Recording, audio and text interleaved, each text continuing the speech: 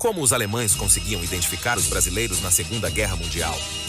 Durante a guerra, os Estados Unidos enfrentavam intensa segregação racial, refletida na divisão de suas tropas, apesar da inclusão de soldados afro-americanos nas Forças Armadas, os quais, contudo, enfrentavam discriminação e eram frequentemente designados para funções menos valorizadas. No entanto, a situação era completamente diferente no Brasil, com suas tropas sendo compostas por soldados de diferentes origens étnicas e raciais, sem qualquer segregação racial oficial nas suas fileiras. Em determinado momento da guerra, enquanto os brasileiros lutavam na Itália como parte da Força Expedicionária Brasileira, um prisioneiro alemão foi interrogado sobre como ele conseguia distinguir os soldados brasileiros dos soldados norte-americanos, uma vez que seus uniformes e equipamentos eram similares.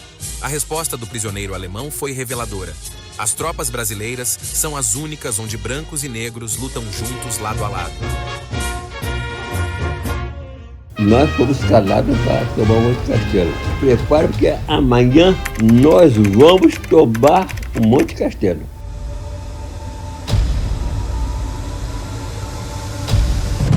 Veio do morro do engenho, da terra do cafezal, da boa terra do coco.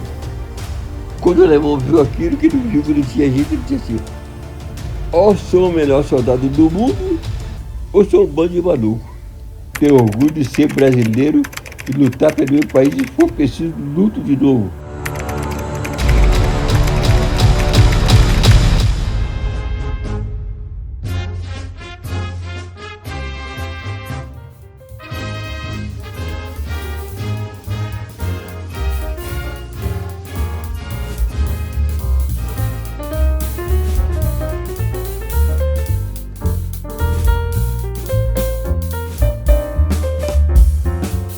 Nosso muito obrigado a você que já nos acompanha pelo canal Tubino Entrevista, deixando seus comentários, divulgando aos seus amigos, deixando o seu joinha, isso é muito importante para nós. Bem-vindo a você que está chegando agora e conhecendo o nosso trabalho. Não esqueça de inscrever-se no nosso canal, deixar o seu like aí e divulgar aos seus amigos. Isso é muito importante para que aumente a relevância do nosso trabalho de pesquisa. O nosso muito obrigado à GBUX, Seguro e Previdência de Pessoas, essa parceria de sucesso que nos ajuda a levar até vocês o nosso trabalho de pesquisa. A professora Lúcia Helena Galvão, da Nova Acrópole, nos fala em suas palestras da importância da existência e do reconhecimento de heróis para a evolução moral dos indivíduos e de toda a sociedade. Vivemos momentos de crise moral onde nossos heróis nacionais são esquecidos ou intencionalmente deixados de lado. Mas, de certa forma, esses heróis mostram a nossa capacidade como povo brasileiro de superar desafios, de superar dificuldades e de se tornar também grandioso e importante para o mundo. Hoje nós vamos falar da FEB, da Força Expedicionária Brasileira, e de sua campanha na Itália, que mostrou para o mundo a importância da garra, da determinação do povo brasileiro. Vamos falar um pouquinho dessa história e reconhecer um pouco esses nossos heróis brasileiros. Dopo sono arrivati tanti brasiliani che erano in 30 o 50 o più, tutti in casa con noi, che ci siamo stati 6 mesi in prima linea.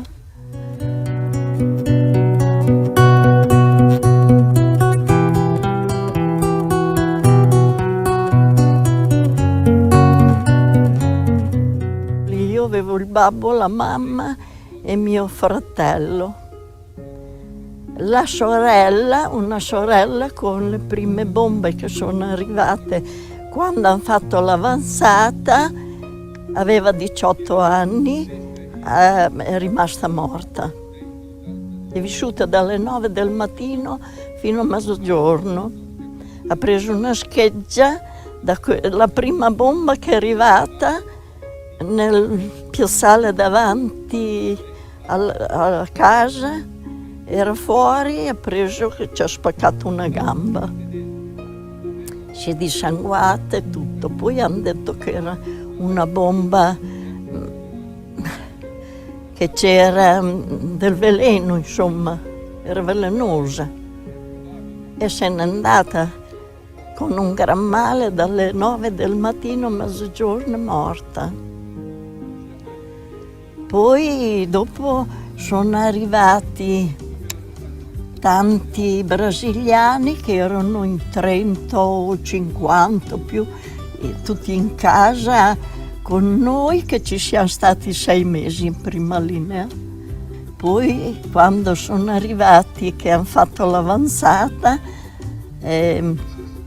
avevano piazzato lì i mortai, lì vicino a noi, gli ultimi giorni, quando hanno fatto l'avanzata, andare su Castelnuovo, che poi ci sono rimasti anche dei morti, e quelli che dopo sono tornati indietro a salutarci, che erano rimasti, dopo poi sono andati via tutti.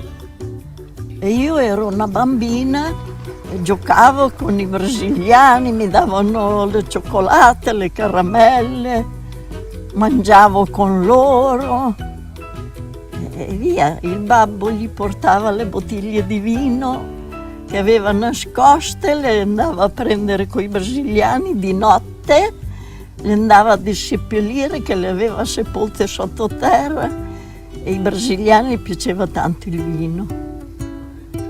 E siamo stati lì 6 mesi. Grazie infinite ai soldati brasiliani. Grazie, grazie ancora. Nell'epoca in cui l'esercito brasiliano è intervenuto in questa guerra, io avevo 4 anni e ho dei ricordi sfumati poiché ero un bambino, ma devo dire che siccome era un periodo difficile e in casa dei miei nonni, che abitavano qui a poca distanza a Riola, venivano sempre 2 brasiliani, uno si chiamava Maier e uno si chiamava Goulart, e loro giocavano con me.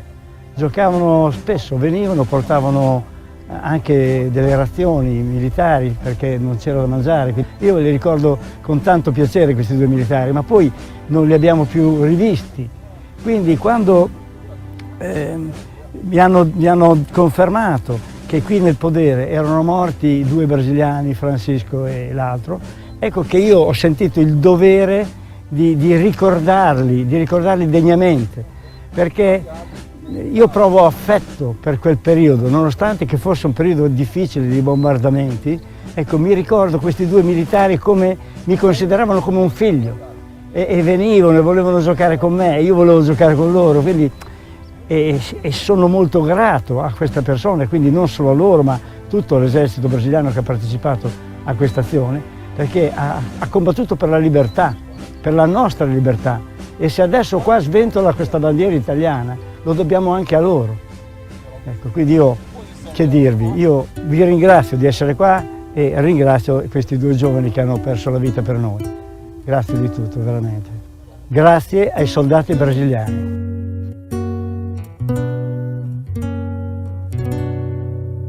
Beh, dei soldati brasiliani ricordo tante cose, perché in quel momento io mi sentivo brasiliano.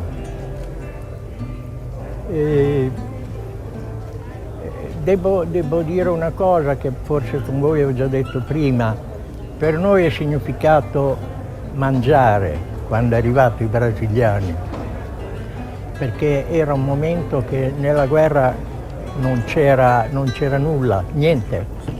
E io ho avuto la fortuna di lavorare con loro lì alla compagnia comando, la Quinta Armata, e nella cucina, e facevo così un aiuto. C'era un autista che guidava il gippone che si chiamava Francesco Checco, e con lui andavamo su a Gaggio qui vicino, passando la cortina fumogena Scilla, che era tremenda, sotto le cannonate, a prendere delle ragazze per fare un po' di festa e ballare. Poi altrimenti ricordo le canzoni, come ho appena finito di raccontarvi a voi. Tutte le canzoni me le ricordo, Mamma io chero. Poi ho conosciuto ogni tanto, quando venivano qui delegazioni brasiliane, io mi sono sempre intrufolato, perché mi faceva piacere ascoltare, sentire, se non fosse altro, le parole. Poi quello che soprattutto mi è rimasto impresso è l'orgoglio di questi militari di essere qui, di essere brasiliani. Infatti loro, mi ricordo che dicevano "o Brasil è il miglior soldato del mondo". E questo mi aveva, come posso dire, mi aveva contagiato, che anch'io mi sentivo orgoglioso come loro.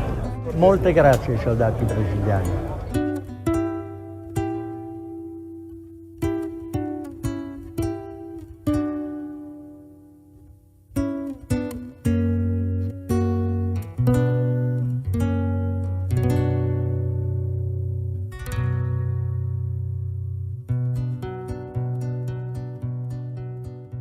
"75 anos atrás, a Força Expedicionária Brasileira concluiria sua campanha na Itália com um magnífico feito militar, capturando uma força inimiga tão numerosa como nunca antes se tinha visto naquele teatro de operações. Após a tomada dos últimos redutos alemães na Cordilheira dos Apeninos em Montese e Zoca em meados de abril de 1945, a FEB entraria em um novo cenário de batalha, completamente distinto do terreno montanhoso no qual havia lutado desde o ano anterior.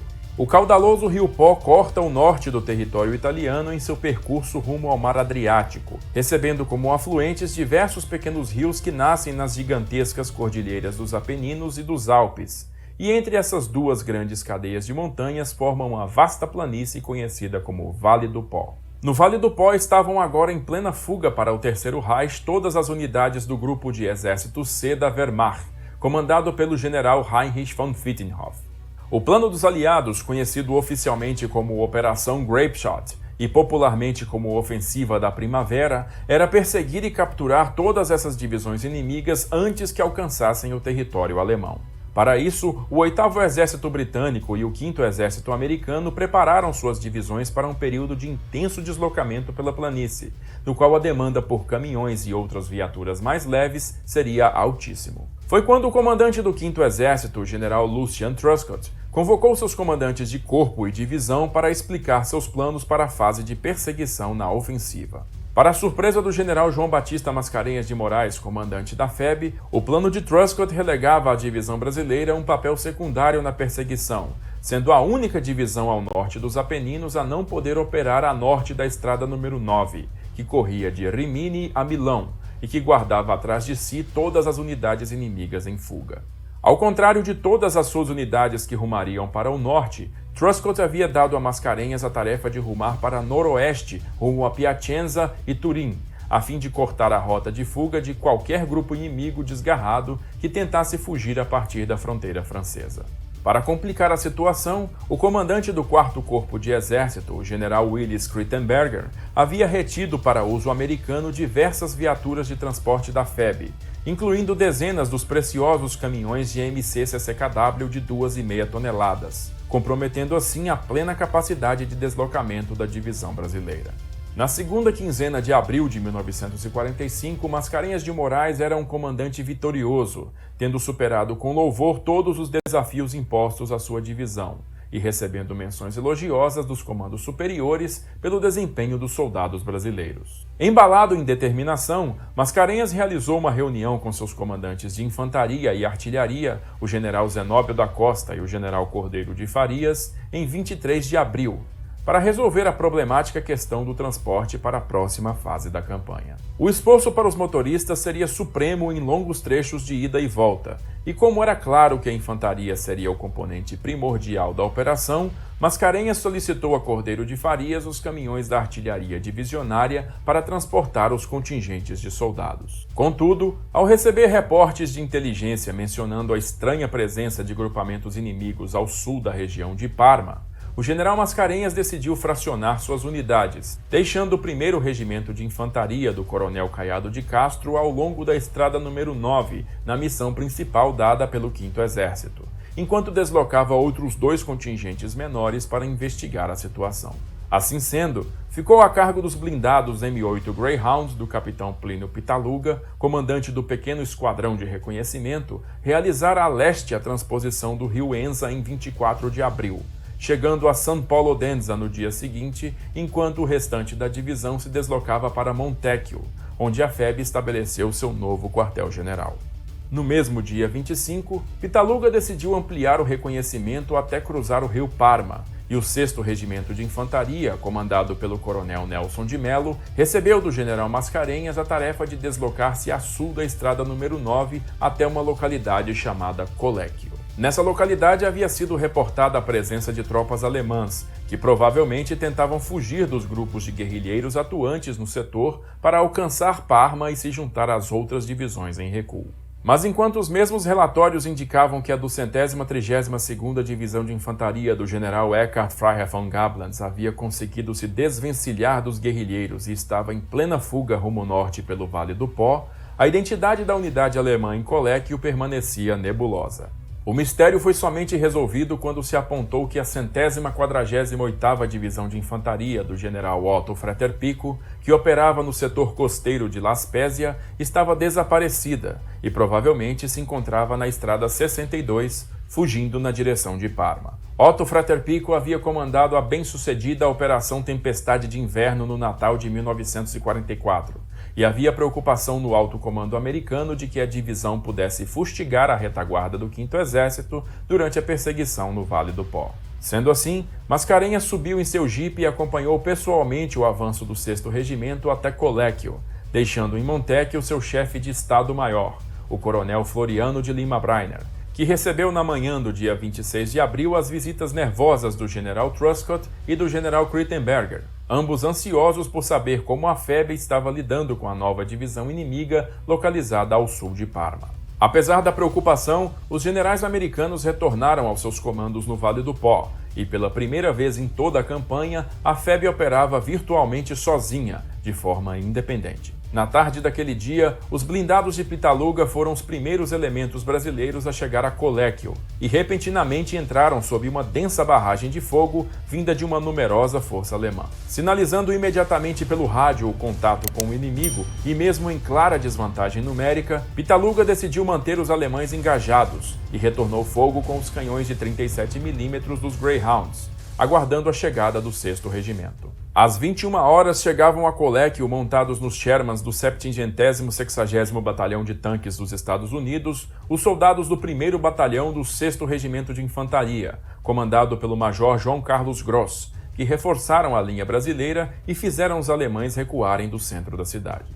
Os combates continuaram por toda a noite, e no alvorecer do dia 27, mais uma vez os inimigos tentaram romper o cerco brasileiro em Coléquio, desistindo após 3 horas de uma intensa troca de tiro, na qual a FEB saiu-se melhor e começou a perseguição para o sul até Pontescodonia, onde mais uma vez estabeleceu contato com os alemães. Foi quando o tenente Hugo Alves Correia, comandante de pelotão do 1º Batalhão do 6º RI, encontrou um palacete no meio de um bosque, que julgou ser algum posto de comando abandonado pelo inimigo.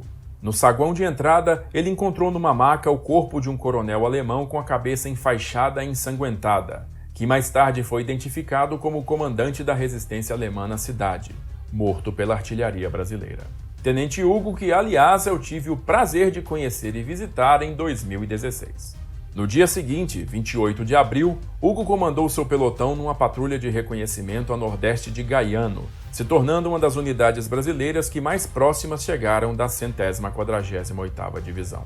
Ao aproximar-se da localidade, Hugo e seus soldados receberam uma furiosa chuva de artilharia e metralhadoras, forçando-os a agachar-se junto ao chão.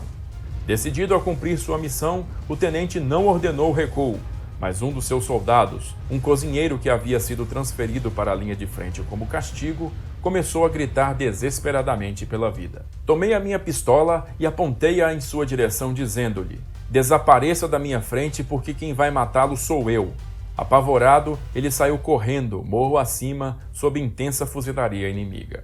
Os alemães perceberam que sua posição, nos bosques a leste da cidade de Fornovo de Taro, estava comprometida pelo avanço brasileiro, ao mesmo tempo em que uma importante mensagem chegava-lhes pelas mãos de um sacerdote católico, o padre Alessandro Cavalli. Às 9 da manhã, o coronel Nelson de Mello, comandante do 6º RI, havia enviado através do padre Cavalli um ultimato ao comando da 148, que dizia: "Ao comando da tropa situada na região de Fornovo Respitio, Para poupar sacrifícios inúteis de vidas, intimo-vos a render-vos incondicionalmente ao comando das tropas regulares do Exército Brasileiro, que estão prontas para vos atacar. Estais completamente cercado e impossibilitado de qualquer retirada. Quem vos intima é o comando da vanguarda da Divisão Brasileira, que vos cerca. Aguardo dentro de 2 horas a resposta do presente ultimato. Nelson de Mello, Coronel. Cavalli seguiu a pé e entregou a mensagem aos alemães, sendo interrogado por estes sobre os números das forças brasileiras. O sacerdote confirmou que estavam cercados e suplicou-lhes que se rendessem o quanto antes. No começo da tarde, Cavalli retornou com uma mensagem assinada pelo chefe de Estado-Maior da divisão alemã. 11h45, 28/4/1945. Senhor Coronel Nelson de Mello, depois de receber instrução do Comando Superior, seguirá a resposta. Major Kuhn. O restante do dia foi marcado por escaramuças pela região, e a impossibilidade de superar a barreira brasileira fez com que Frater Pico temesse pela segurança dos seus soldados, agora acossados pelas violentas guerrilhas comunistas da área.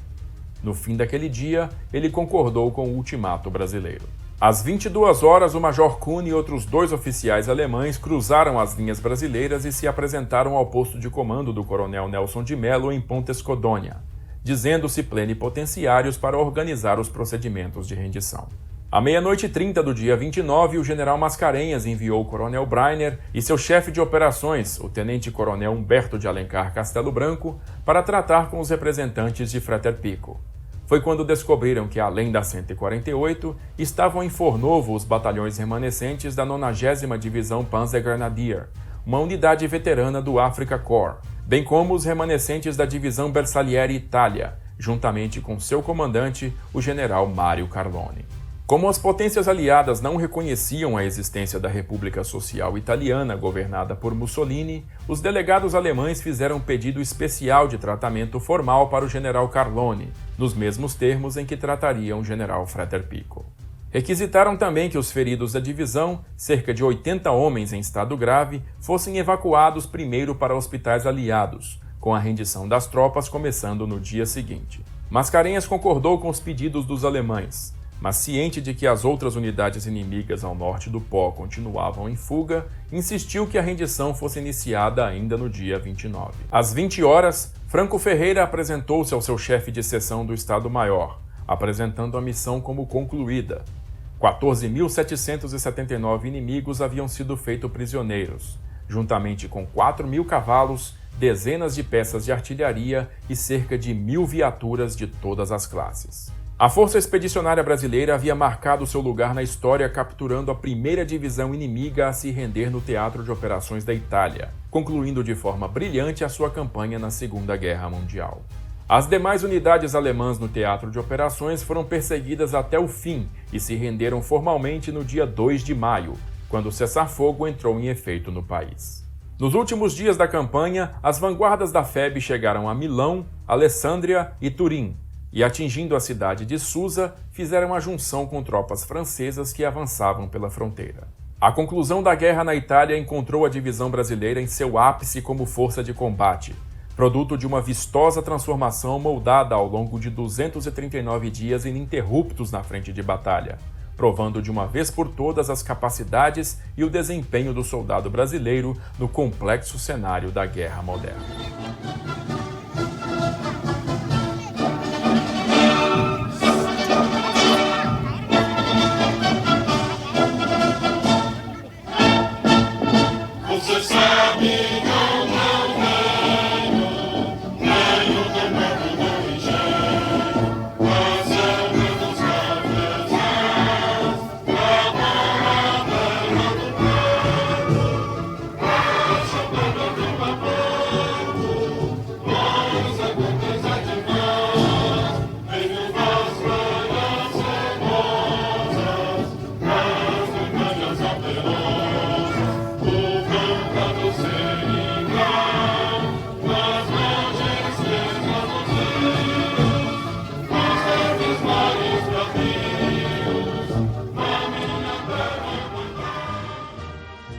Emocionante, né?